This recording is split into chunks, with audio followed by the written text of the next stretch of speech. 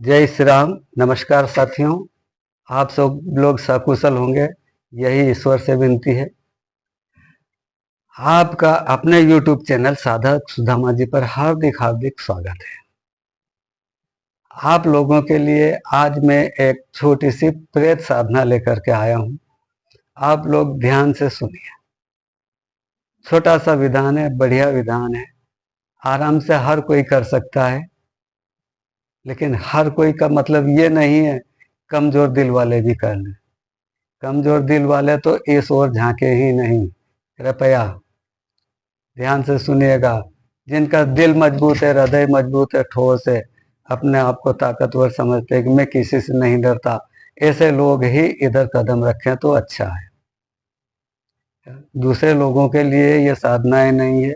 ये साधनाएं अचानक खड़ी होती है, हवाएं चलती, आंधी तूफान भी आ जाते हैं।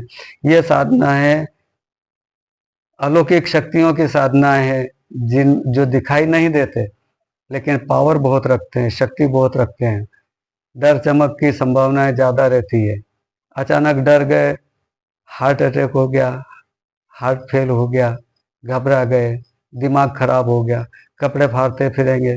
इससे बेहतर है कि कोई सी भी छोटी से छोटी साधना भी हो तो बड़े सोच समझ करके पहले उसके ऊपर बहुत गहन मंथन कर लिया करें, उसके बाद में ही किसी साधना की ओर, प्रत्यक्षीकरण की साधना की बात कर रहा हूं मैं। दूसरी साधनाएं तो आप करते रहिए, वो तो सात्विक और ईश्वरीय प्रकृति की है।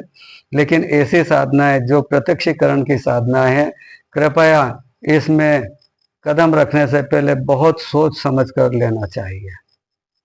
ये छोटी सी साधना है, प्रेत साधना है, कोई विशेष बलवान ऐसा नहीं है कि वो आपको उठा के फेंक देगा कहीं दूर। लेकिन वो कुछ भी कर सकता है, अलौकिक शक्ति है, बीमार कर सकता है, पागल कर सकता है। इसलिए अपने आप को पहले सुरक्षित करिए, रक्षा कवच अपने साथ होना चाहिए। उसके बाद आपको किसी कब्रिस्तान में जाना चाहिए। किसी भी जुम्मे रात को, जिसको बोलते हैं गुरुवार की रात को, आपको क्या करना है कि रात्रि के 11 बजे बाद कुछ भी नहीं ले जाना है। एक दो दोस्तों को साथ में ले जाओ जो दूर बैठे रहेंगे। रास्ते में आपको जो भी पेड़ पौधा मिले उसमें से सवा हाथ, एक हाथ से थोड़ी बड़ी सवा हाथ लकड़ी डंडी तोड़ लेना है। शमशान चले, कब्रिस्तान चले जाना है जहां पर कब्र बनी हुई है, कब्र का वहाँ जहाँ मुर्दे दफनाए जाते हैं, वहाँ कब्रिस्तान में जाइए। उसके पांव तरफ खड़े रहिए और बोल दीजिए कि मैं तुम्हें से बात करना चाहता हूँ, मैं तुम्हें जगाने आया हूँ, उठो और मुझसे बात करो।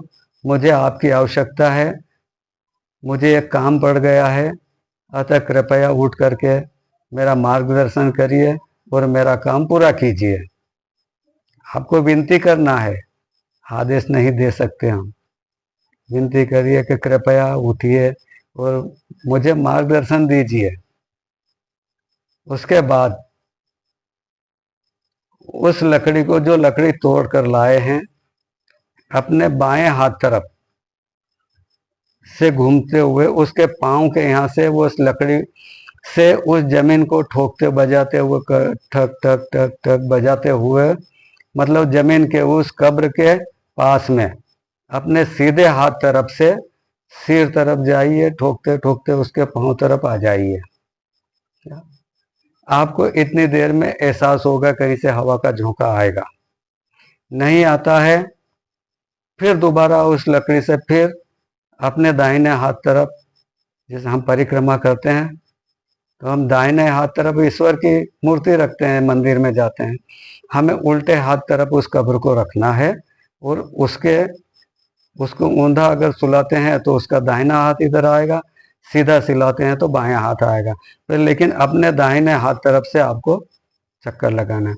उस लकड़ी को ठोकते ठोकते आपको फिर चल चल चल चल बोलते हुए वापस उसके पांव तरफ के आना है। पांव से सिर तरफ जाना है, सिर तरफ से वापस पूरा चक्कर उसका लगाना है। उस लकड़ी को ठोकते हुए चल चल चल चल चल चल चल चल ऐसे बोलना है और कुछ नहीं करना है। एक बार, दो बार, तीन बार आपको एहसास होने लग जाएगा। सातवें बार तो आपको करना ही नहीं पड़ेगा, उसके पहले ही वो खड़ा हो जाएगा और बोल देगा क्या काम है बता। आपको अपना काम बताना है। जैसे ही वो खड़ा होता है, अगर आप हार ले गए हैं तो उसके गले में डाल दीजिए फूल का, अगर नहीं लगे तो मिठाई उसको दे दीजिए, या कुछ तो उसको देना पड़ेगा। ये तो पहले हर साधनाओं में होता है, जो खड़ा होता है उसको कुछ तो भेंट स्वरूप देना पड़ता है। अतः इसकी तैयारी आप पहले से कर रखिएगा। मिठाई उसके हाथ में दे दीजिए और फिर विनती कर लीजिए आपको जो काम है कि अब मेरा यह काम रुका पड़ा है, या मैं जब आज से 8 दिन बाद फलाने दिन उस दिन मुझे काम है, आपको आना है, तो आकर के ना आपको सचेत कर देगा कि बोल क्या काम था तेरा। आप जब चाहो उसको बुला सकते हो, लेकिन एक ही बात, उसी वक्त चाहो तो काम करवा लो या उसको तारीख दे दो।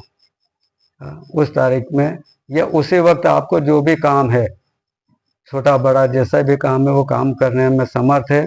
जो काम आप करवाना चाहें उससे वो काम उस वक्त करवा सकते हैं।